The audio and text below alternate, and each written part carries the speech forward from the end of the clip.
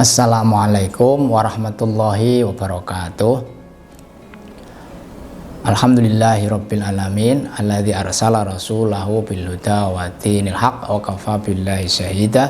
Asyhadu an la ilaha illallah wa asyhadu anna Muhammadan abduhu wa rasuluh. Allahumma shalli wa sallim ala nabiyyina Muhammad wa ala alihi wa sahbihi ajmain, amma ba'd. Pemirsa yang dirahmati Allah, bersyukur kita panjatkan kepada Allah Subhanahu wa taala kita bisa melaksanakan ibadah puasa. Semoga ibadah kita diterima oleh Allah Subhanahu wa taala. Shalawat serta salam kita aturkan kepada Rasulullah Muhammad sallallahu alaihi wasallam beserta para keluarganya, sahabatnya hingga umatnya yang istiqomah dalam jalan kebenaran, yaitu al-Islam. Sore ini akan saya sampaikan satu tema tentang bagaimana ibadahnya puasa ibu hamil dan ibu menyusui. Ada sebuah ayat dalam surat Al-Baqarah, pada rangkaian ayat puasa itu ada ayat 184, a'udzubillahi minasyaitonirrajim, faman kana minkum maridun aw ala safarin fa'iddatum min ayyamin ukhra wa 'alal ladzina yutiqunahu fafidyatun ta'am miskin. Nah, jadi puasa itu wajib bagi orang normal, tapi ada perkecualian. Siapa? Faman kana minkum maridun, bagi orang yang sakit, au ala safarin, atau mereka dalam keadaan safar, bepergian, fa'iddatu min ayyamin ukhor, mereka boleh tidak berpuasa tetapi harus mengganti di hari lain. Hari lain kapan? Ya setelah bulan Ramadan. Jadi itu namanya mengganti, kodok, ya, mengkodok di bulan selain Ramadan nanti. Terus kemudian ayatnya ditutup dengan wa 'alal ladzina yutiqunahu fafidyatun ta'am miskin. Adapun bagi orang yang berat menjalankannya, maka dia supaya membayar fidyah. Apa itu fidyah? Ta'am miskin, memberi makan kepada orang-orang miskin. Nah, di sini jadi ibu hamil dan ibu menyusui, menurut tafsir Aisyah Tafasir karya Abu Bakar Al-Jazair, itu termasuk yutikunahu, termasuk orang yang berat menjalankannya. Maka di sini, tapi menurut tafsir ini ada dua kriteria berat menjalankannya itu. Pertama, ketika ibu hamil itu dia itu memang berat merasa karena dia sakit, mungkin karena hamil bed rest itu, maka dia wajib membayar fidyah.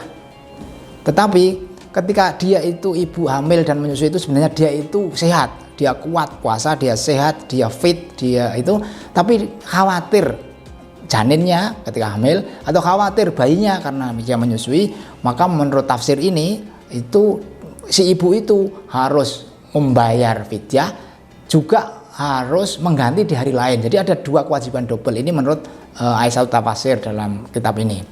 Nah, ini tentu berat karena sudah mengqadha juga harus membayar fidyah. Nah, para ulama mazhab umumnya seperti itu karena memang kitab ini merujuk pendapat-pendapat Imam mazhab. Tapi menurut Majelis Tarjih Muhammadiyah, ya, ini menurut Tarjih Muhammadiyah, bahwa ibu hamil dan menyusui itu cukup membayar fidyah. Karena ibu hamil itu kan wahnan ala wahnin, berat ditambah berat, artinya memang benar-benar mereka itu tipe orang termasuk kriteria orang yang yutikunahu, sangat berat menjalankannya. Maka bagi mereka adalah fidyatun ta'am miskin, dengan membayar fidyah. Jadi fidyah itu apa? Ta'am miskin, memberi makan orang miskin.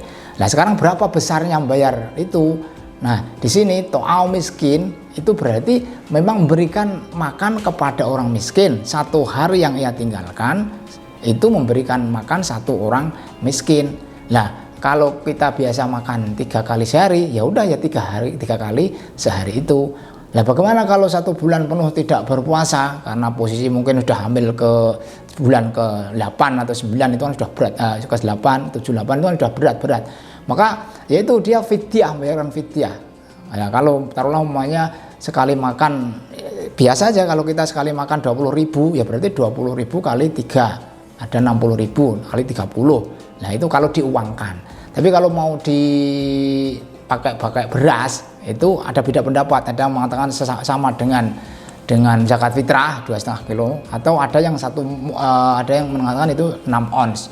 Ya monggo lah. Tapi bahwa fidyah itu memberi makan orang miskin. Yang paling luas itu memberi makan orang miskin memang pakai uang. Ya monggo bisa dititipkan ke siapa atau langsung bayarkan kepada orang miskin sendiri atau disalurkan lewat lazismu juga nggak masalah, bahwa ini fidyah saya umumnya begitu. Jadi begitulah hukum bagaimana ibu hamil dan menyusui. Jadi kalau menurut ulama mazhab itu ada 2 kriteria tadi. Kalau dia memang benar-benar sakit, maka dia itu cukup bayar fidyah. Tapi kalau memang dia itu sebenarnya sehat, bugar, tapi khawatir dengan janinnya atau bayinya, maka dia bukan hanya bayar fidyah, tapi harus mengqadha puasa di hari lain. Tapi menurut Majelis Tarjih Muhammadiyah itu bahwa mereka itu cukup membayar fidyah karena memang termasuk orang wahnan ala wahnin, orang yang berat ditambah berat sehingga cukuplah membayar fidyah. Apalagi bagi ibu yang tadi, karena kan ada yang istilah Jawa sumbulan ya. Jadi baru lahir terus baru berapa bulan terus dia hamil lagi, berarti kan besok lagi hamil lagi lah, kapan mau membayar mengganti puasanya, wong dia besok tahun hamil lagi. Itu kan bersambung menyambung, akhirnya nggak sempat membayar mengganti qadha puasanya, maka cukuplah membayar fidyah. Begitulah istiad dari Majelis Tarjih Muhammadiyah. Nah mungkin demikian sekedar pengertian bagi kita, bagi ibu-ibu atau istri kita yang mungkin perlu pengertian tentang ini, meskipun ini sudah biasa kita dengar, tapi update pengetahuan untuk hal puasa ini saya kira perlu sekali. Semoga bermanfaat dan selamat berbuka puasa. Aku qouli hadza fastaghfirullahal azim. Wassalamualaikum warahmatullahi wabarakatuh.